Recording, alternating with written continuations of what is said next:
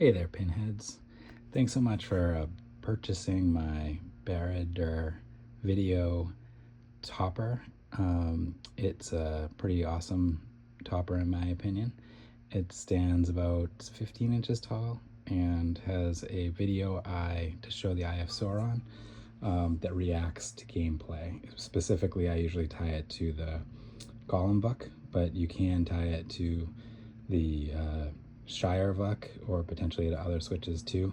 I like those because they don't happen that often, so it triggers the eye and it's more noticeable when it doesn't happen, you know, on every rollover of a switch. So without further ado, I'm going to show you how to assemble this. I did make it modular for two reasons. One is it makes it easier to ship, and two is you can make it different heights. So to demonstrate that, I'm going to show you, you could put just the top section on top here, and that's a much shorter tower.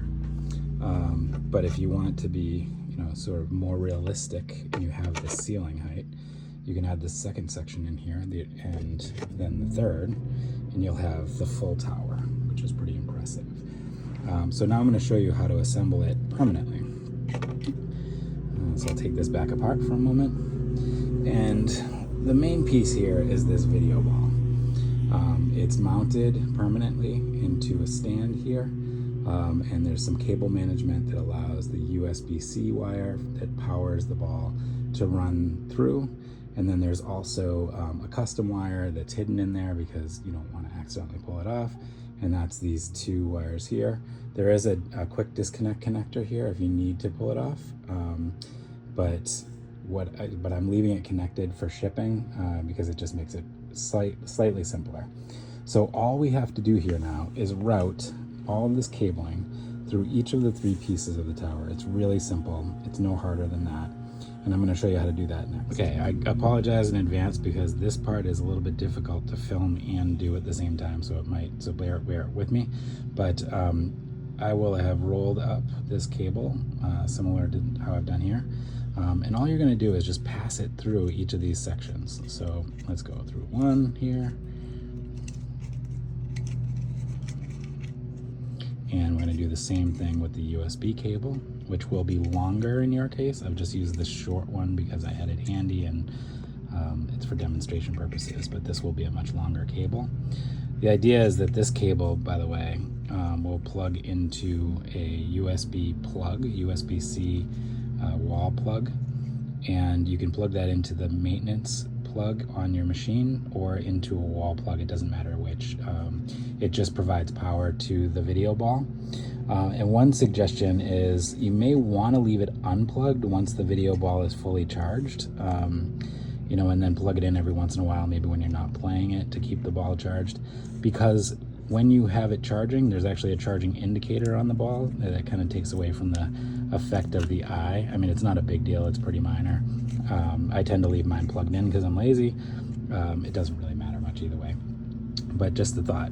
So the next step, as you saw there, I was talking while I did this, this top piece just slides right into that mount, and you can just glue that in there with super glue, which I will provide.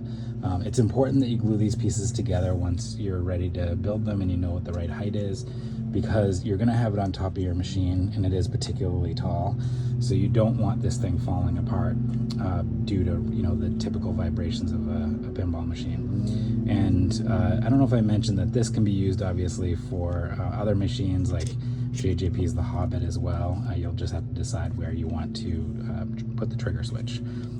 I like Vucks just because those switches, again, don't trigger that often.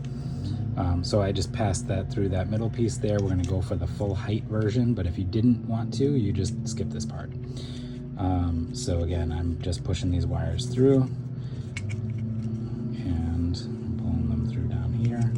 This is a lot easier than I'm making it look because I'm doing it one-handed. But you can see that these parts fit right together, and you will want to super glue those as well. And then lastly, we've got to push this cable through here. So I'm going to pause it and do that. It's the same exact process as before, and then I'll show you what it looks like. Okay, so here's the finished product. Again, I haven't glued any of this, but you must. I don't warranty any of this because it is just a mod. So it's important that you take care of it and do it the right way. And I'm just a regular guy, so this is really just a hobby for me, but I want people to enjoy it. So here is the final product, as I said, and you'll see here that the cable has been run through the back and the USB cable has as well. I'm gonna go ahead and turn it around here.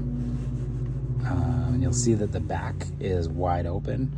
I made this about 5 inches deep.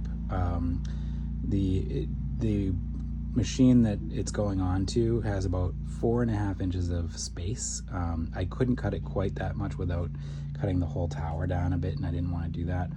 So it will hang off the back of the machine that this particular one's going on, but there's plenty of room on any standard machine that doesn't already have a topper. So that won't be an issue for you. But you can see that I have the cable here, and then I also have the USB cable here, and again, that will be much longer on the one that you receive. And you do not need to remove this cable at any time. It's in there, but it can be removed if you want to for some strange reason, but there's no need to do that.